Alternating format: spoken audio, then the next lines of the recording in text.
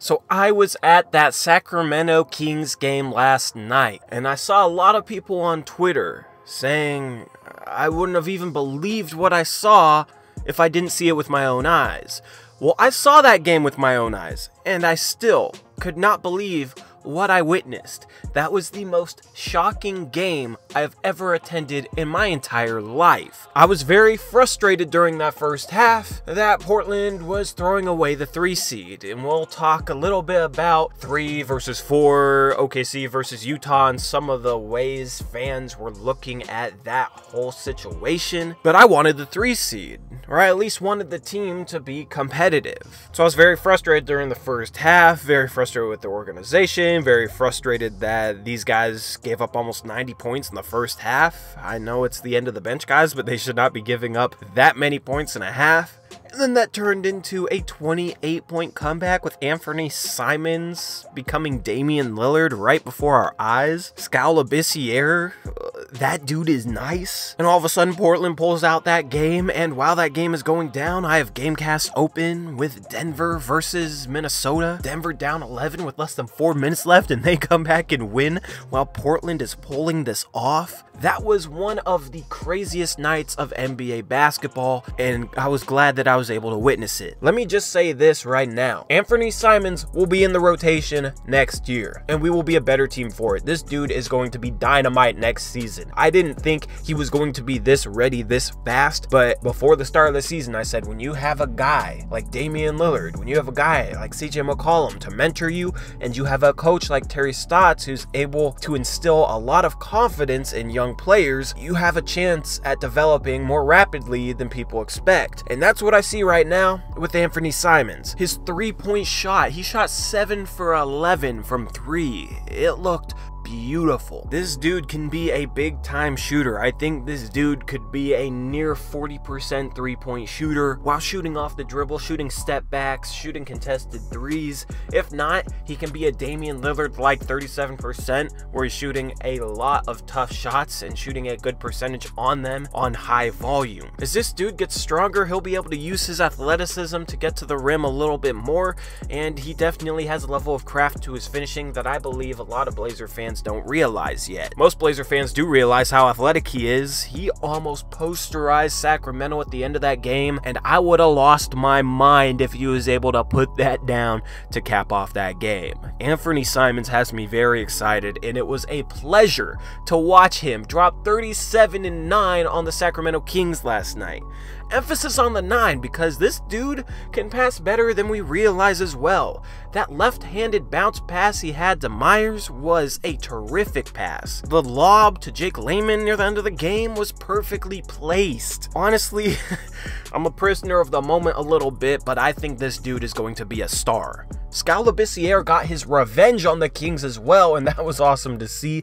This dude is going to be good as well. This dude was good his first 2 seasons for Sacramento, and then at the start of this season fell out of the rotation, and then of course got traded for Caleb Swanigan. When I was watching this guy, and then I looked at Caleb Swanigan last night, and he seemed to have gained a little bit of that weight back. I was wondering how in the world we were able to trade Caleb Swanigan straight up for Skal Labissiere. That is the most impressive move this season for Neil Olshey, even though it's not going to pay dividends in this postseason. Next year, though, I expect Skal to be in the rotation. You look at how athletic he is, the fact that he can shoot, the fact that he can roll and finish, whether it's at the rim, whether it's a floater or a hook shot from 10 to 15 feet. Defensively, he has a lot of potential in my opinion. This dude could be a really, really good NBA player, and I mean like a good starter. He has that type of potential, but he was trapped a little bit in Sacramento, which has a lot of young, good big men. And in Portland, I think that Skal will be able to tap into his upside. With Nurkic out at the start of next season, I think he'll get a chance, and I think he'll take it and run with it. I'm really excited to watch Labissiere and Anthony Simons next season. So this win got us the 3 seed and got us matched up against Oklahoma City. And I just gotta get this out of the way because this bothered me. I saw a lot of fans on Twitter and on the internet that were basically rooting against the Portland Trail Blazers, that were moaning about Anthony Simons dropping 37 points. Oh, Anthony Simons, he's hitting too many shots. We need to lose this game, man, or else we're screwed. I saw so much of that.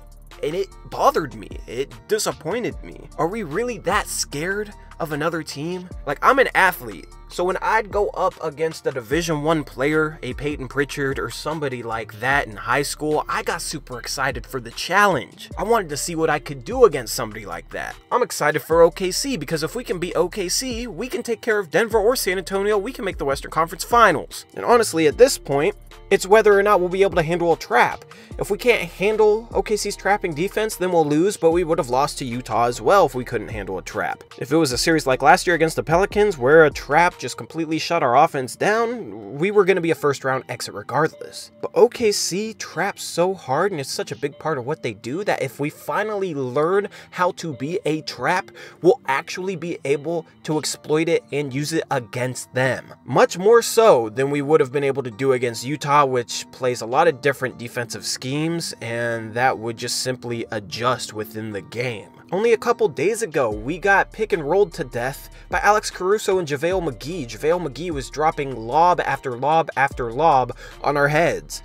Now imagine if that's Rudy Gobert and a more lethal pick and roll ball handler like Ricky Rubio or Donovan Mitchell. It would not have been good. While I would have rather had Utah, I don't think the difference between Utah and OKC is that much. There's a lot of Blazer fans acting like Utah was easily beatable and that OKC is going to sweep us. I don't think so. There's a reason Utah is ahead of OKC in the standings. OKC's been playing terribly lately, and Blazer fans haven't witnessed it because every game we played against OKC was when they were playing great. Every game we played against them was when Paul George was on fire in dropping 40, even 50 points on pretty much every NBA team. Paul George has been struggling lately. Russell Westbrook has a higher three-point percentage than Paul George since the All-Star break. Paul George's shoulder is hurt. He's not 100%. He's still a really good player, even with all that, but he's not the Paul George we saw earlier in the season. Steven Adams took a hard fall last night. Who knows if he'll be 100%. Yes, OKC is going to be a challenge. Yes, they match up well with us, and they're a bad matchup for us, but Utah's a really good team too. And during that comeback, I was of the mindset like, I don't care. Bring on whoever in the first round. Because how we play and how mentally prepared and tactically prepared we are is what is going to be the biggest factor for us in a postseason series. And I think playing as the underdog against the Oklahoma City Thunder when we're counted out by the national media and everybody, even Blazer fans within this fan base, Damian Lillard-led teams play well in that role. That's an extra chip on their shoulder that they probably wouldn't have had against Utah. And honestly, it'll be more rewarding to beat OKC than it would be to beat Utah just because they're OKC. Just because, you know, we can't stand Westbrook. This is a rivalry. It's a heated rivalry, and it would be much more satisfying to beat OKC than the Jazz. But also, our reward for that wouldn't be getting spanked by the Golden State Warriors. It would be facing a team in Denver or San Antonio. If we face San Antonio, we'd have home court advantage in the second round against a team we could beat. I also think we could compete with Denver. We have a real chance at making the Western Conference Finals, and we wouldn't have had that if we were the 4th seed. Of course, we have to win a game first. We've lost 10 in a row, but the first round difference is irrelevant. It's negligible. And the fact that Blazer fans were moaning about the Blazers' comeback last night bothered me for all those reasons. So I'll have a lot of content previewing the playoff series against the Oklahoma City Thunder, and I'm really excited for Sunday because I think we have a legitimate chance at winning this series, even though everybody counts us out. So anyway, that's all I got, True Blazer fans. Stay tuned with the preview content that I will have coming for you in the next couple of days. And with that, I'm out of here. This has been Tori. I'll see you guys later. Peace out. Go Blazers.